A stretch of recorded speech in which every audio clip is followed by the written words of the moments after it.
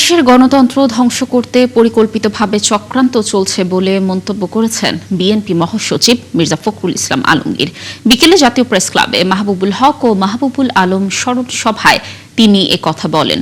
গণতন্ত্রে বিশ্বাসী নয় এমন নতুন যে শক্তির উত্থান দেখা যাচ্ছে তাদের ঠেকাতে সবাইকে সজাগ থাকার আহ্বান জানান বিএনপি মহাসচিব।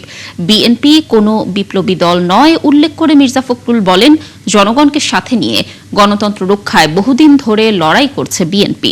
এ সময় তিনি বলেন, রাজনৈতিক নেতাদের চরিত্র হননে সামাজিক যোগাযোগ মাধ্যমের আধিক্যই দায়ী।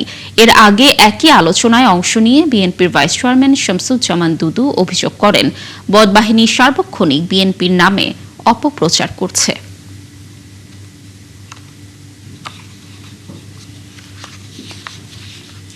আজকে আবার অত্যন্ত পরিকল্পিতভাবে শুরু হয়েছে সেই প্রক্রিয়াটাকে ব্যাহত করবার একটা প্রচেষ্ট উদ্যোগ আমি দেখতে পাচ্ছি।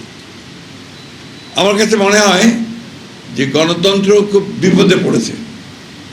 এই যে চতুর্দিকে বিভিন্নভাবে একটা সুপরিকল্পিত সচেতনভাবে একটা প্রচেষ্টা যে আপনারা সব কিছুকেই ভেঙে ফেলা, অর্থহীন করে ফেলা, এর মধ্য দিয়ে একটা নৈরাজ্য সৃষ্টি করার একটা প্রচেষ্টা চালানো।